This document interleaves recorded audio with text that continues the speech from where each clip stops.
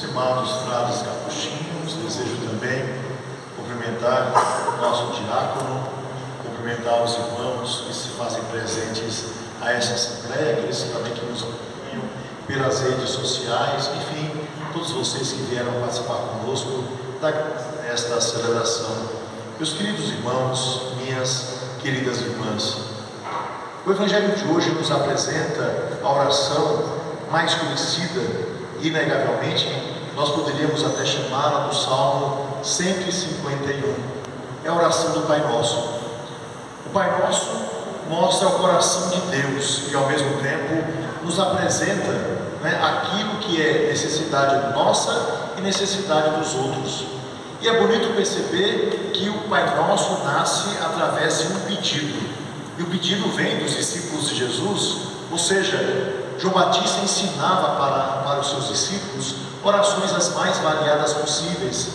E as pessoas do passado, por não ter a facilidade de ter os textos escritos, decoravam com muita facilidade essas orações todas, como certamente os nossos avós, nossos bisavós decoraram ao longo do tempo. Ao mesmo tempo que João Batista ensinava, à medida em que esses homens e essas mulheres começaram a seguir Jesus Cristo, eles também começaram a pedir que o Senhor lhes ensinasse orações, porque afinal de contas, os grandes mestres ensinavam frases, orações e outros tantos ensinamentos para que os discípulos, através da repetição, que repetição inegavelmente é a forma mais simples e mais fácil da gente ter o conhecimento, então através da repetição eles pudessem colocar no mais profundo do coração aquilo que é essencial na vida daqueles que eram os discípulos de Jesus. Pois bem, com isso Jesus nos ensina o Pai Nosso. E é interessante perceber que o Pai Nosso é dividido em 7 partes. A primeira parte tem 3 pontos fundamentais e a segunda parte tem 4. Isso se diz em um esquema que era próprio da oração judaica, porque na oração judaica 3 partes era fundamental para se falar com Deus, porque os antigos judeus tinham em Deus a ideia de ser 3, a Trindade, que depois virá também para o cristianismo e, graças a Deus, realizado plenamente pela presença do Pai, do Filho e do Espírito Santo. Então, o número 3 é o número sagrado, é o número de Deus, e o número 4 é o número humano. Daí 4 petições completas na segunda parte do Pai Nosso. Se nós fizermos essa divisão pelas frases completas, nós veremos que é 3 mais 4. E é interessante, meus irmãos e minhas irmãs, se a gente soma 4, que é o número do homem, e 3, que é o número de Deus, 4 mais 3 dá 7. Daí a perfeição, que é somar Deus com os homens. E ao mesmo tempo desta oração, se a gente multiplica 3 vezes 4, a gente tem o número 12, as 12 tribos de Israel e os 12 apóstolos. Portanto, essa oração é profundamente dentro da cultura do povo de Jesus Cristo, daqueles que faziam parte da nação onde ele nasceu, mas uma oração completa no que diz respeito à união que Jesus queria, que era a união entre Deus e os homens. Agora, meus irmãos e minhas irmãs, por que é que nos custa tanto rezar? Por que é que nos custa tanto repetir as orações? E sabemos, porque para alguns a oração é um grande peso, por um motivo muito simples. E daí os discípulos e os apóstolos pedirem essa oração, porque não poucas vezes a ausência de oração ou a preguiça de rezar se dá porque nos falta um amor profundo para com Deus.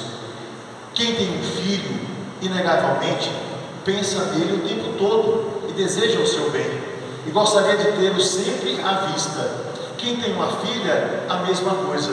Quem tem um grande amor na sua existência, o tempo todo deseja estar perto desse amor, e quando está distante, da cabeça não sai aquela imagem. Quem tem um grande tesouro, uma casa maravilhosa, está sempre querendo voltar para lá para saber se não aconteceu alguma coisa, e assim por diante. Resultado, nós precisamos repensar a nossa forma de oração e a forma que nós temos quando observamos a oração em nossa própria vida. Quem ama, deseja estar sempre perto do amado. E porque nós não amamos tanto, talvez nós tenhamos alguma preguiça para rezar. A oração é a medida do amor para a nossa existência. E ao mesmo tempo, saber até que ponto ela é um peso, porque Deus pode ser um peso na nossa vida, ou ao mesmo tempo se ela é uma obrigação, como se nós tivéssemos o desejo de apenas comprar a amizade de Deus por aquilo que nós fazemos.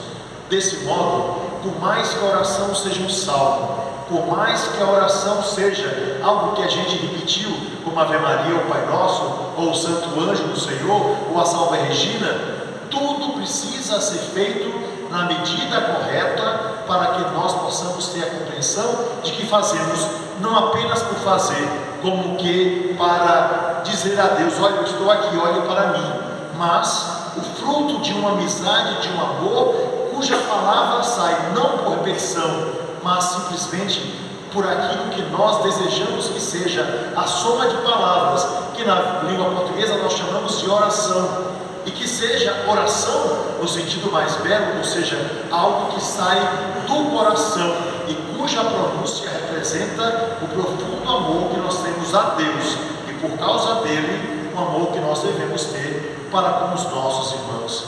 E é bonito, meus irmãos e minhas irmãs, porque no início do Pai Nosso, 3 coisas são fundamentais, né? A gente chama em primeiro lugar Deus de Pai Nosso, ou seja, todos nós somos filhos.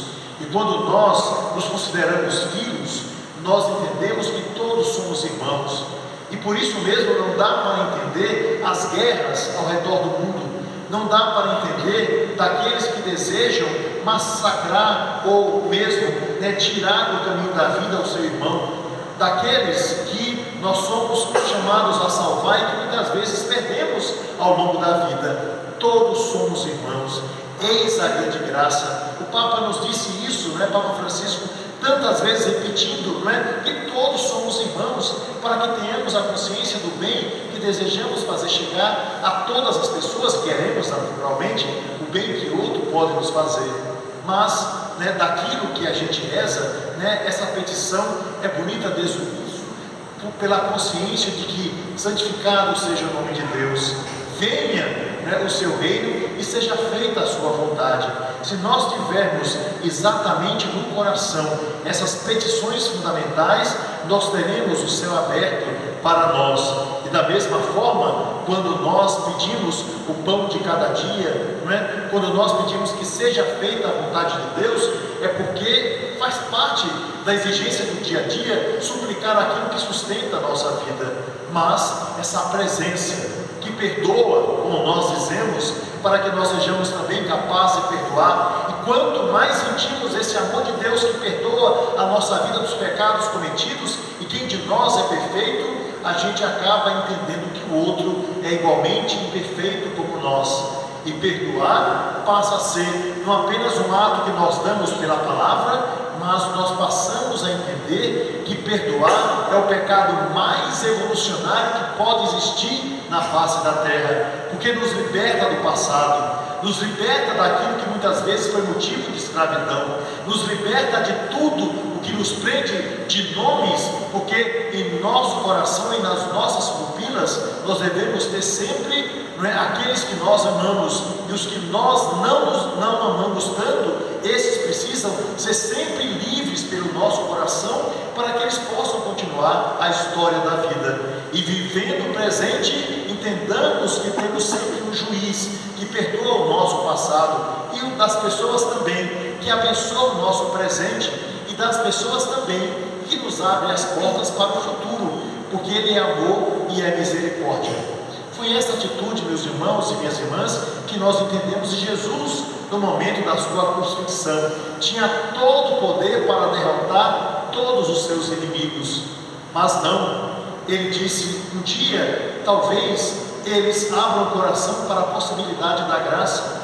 Não destruirei, porque não vim para destruir, vim para salvar. E por causa disso, ele, aquelas pessoas que pecaram contra ele e Nós que pecamos também pelas nossas escolhas, ele diz tão somente ao Pai: perdoai-lhes, eles não sabem o que estão fazendo. E é bonito perceber igualmente que após a sua ressurreição, ao invés de Jesus procurar Herodes, procurar Anás, Caifás, Pôncio Pilatos, os responsáveis para que ele estivesse na cruz, ou mesmo descontar as dores que sentiu pelas mãos dos soldados, o que fez Jesus? Jesus simplesmente continuou a sua vida e deixou que os outros, através do seu testemunho, pudessem um dia talvez se converter e começar uma vida nova pela pregação amorosa dos apóstolos e dos seus discípulos. Meus irmãos e minhas irmãs, aquilo que nós aprendemos de Jesus, nós entendemos igualmente da vida da Virgem Maria, de um modo especial daquilo que nós celebramos em sua aparição em Aparecida, no Rio Paraíba do Sul. Aquela imagem tão pequena aparece, nós sabemos, para homens que traziam uma história. Quem de nós sabe o que existia no coração daqueles homens? Talvez eles pudessem ter revoltas pela própria condição de vida que levavam. Eles podiam ter muitos motivos para reclamar da existência. Eles podiam desistir ao longo do caminho, como naquela pescaria que não deu nada. Eles podiam reclamar o tempo todo. Porém, foram homens capazes de entender a vida de Deus em sua própria vida e entender que Deus, através daquele sinal tão simples de um corpo, de uma imagem, de uma cabeça, Deus podia lhes dar um significado de uma vida nova. Uma imagem sem cabeça não serviria, talvez suja, jogaria no rio outra vez. Uma cabeça perdida, não é? Poxa, largamos o corpo, sobrou a cabeça, não serve, vamos continuar a nossa pescaria. Mas aquele que tem fé, aquele que é capaz de acreditar, aquele que é capaz de ver os sinais de Deus em cada coisa, aquele que é capaz de entender pela presença daquilo que é bom, ou mesmo daquilo que não é tão bom, a vida de Deus em sua vida é capaz de ir adiante. E a Virgem Maria nos mostra isso através das suas escolhas e através da sua existência. Ninguém podia reclamar mais do que aquela mulher. Ninguém podia reclamar mais do que a mãe de Jesus e nossa querida mãe. Mas ela foi até as últimas consequências para entender o que Deus desejava de sua vida, para ensinar aquilo que era próprio de uma mãe, porque ela era mestra, mas ao mesmo tempo para acolher como discípula aquilo que Jesus lhe queria dizer, que ela inclusive ensinou nas bodas de Caná: fazei tudo aquilo que ele vos disser. Ela aprendeu e nos ensinou, e toda a sequência de sua existência é simplesmente para cumprir em sua vida o Pai Nosso, porque como discípula ela repetiu, e ao mesmo tempo como mestra ela ensinou aos seus irmãos e às suas irmãs o que havia ouvido dentro da casa de Nazaré, daquilo que Jesus havia partilhado com ela e com José, e ao mesmo tempo como discípula tudo aquilo que ele ensinou através de sua vida pública. Meus irmãos e minhas irmãs, que a gente aprenda com a Virgem de Aparecida que Deus deseja dar sinais quando nós somos simples, que Deus deseja que nós pesquemos ao longo da vida os pequenos sinais, como daqueles pescadores em Aparecida, para que a gente possa realizar obras grandiosas, como nós vemos através de Aparecida, que através da simplicidade dos sinais de Deus, nós temos a graça de começar tudo outra vez. E por aquilo que Ele nos ensinou pelo Pai Nosso, pela vida e pelo testemunho da Virgem, nós podemos inegavelmente começar um novo existir, porque Deus nos surpreende sempre, nos dando a possibilidade do novo, ao nos perdoar, ao perdoar os outros, e outra vez nos pondo a caminho, nos alimentando, para que não nos falte ao corpo a força necessária para sustentar a fé que nós precisamos ter para vencer as barreiras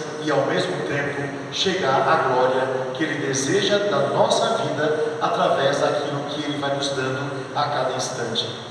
Que a Virgem de Aparecida nos ensine e que a nossa oração piedosa, pedindo a intercessão da Virgem, faça com que chegue ao coração dele tudo aquilo que pedimos, tudo aquilo que necessitamos e igualmente tudo de melhor que nós gostaríamos que chegasse ao coração e à vida daqueles que nós também amamos pela intercessão da Virgem de Aparecida. E meus irmãos e minhas irmãs, para concluir essa história, eu gostaria de contar uma historinha talvez já conhecida por vocês, mas recordando a presença da Virgem, que é verdadeiramente alguém que nos protege, embora não poucas vezes desprezada por muitos. E vamos à história.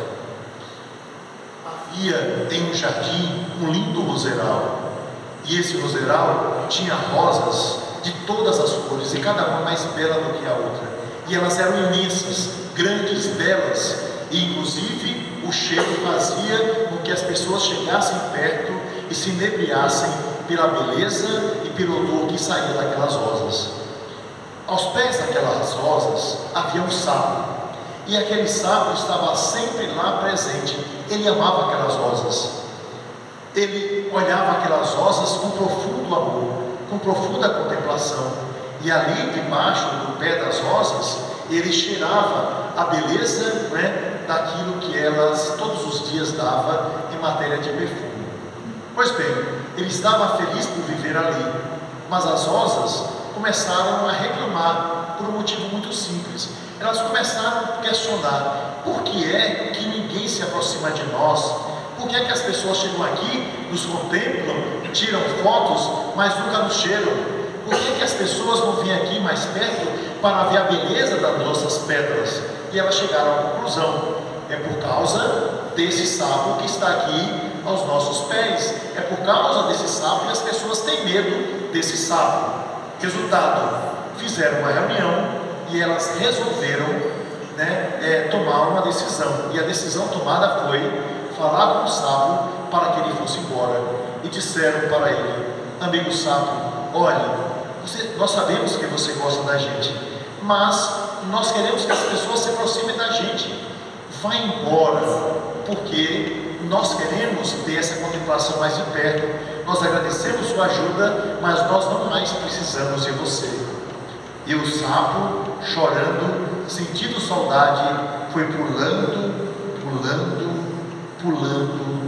até desaparecer na mata.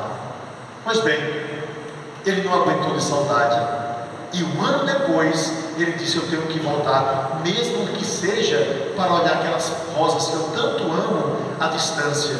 E assim, pulando dentro da mata, atrás de uma árvore, ele resolveu observar aquelas antigas rosas que ele tanto amava.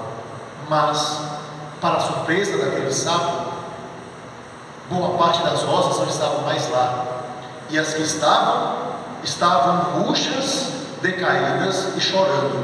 E ele, pulando apressadamente, foi para perto daquelas rosas que ainda estavam vivas e disse: mas o que aconteceu com as outras rosas? O que aconteceu com vocês?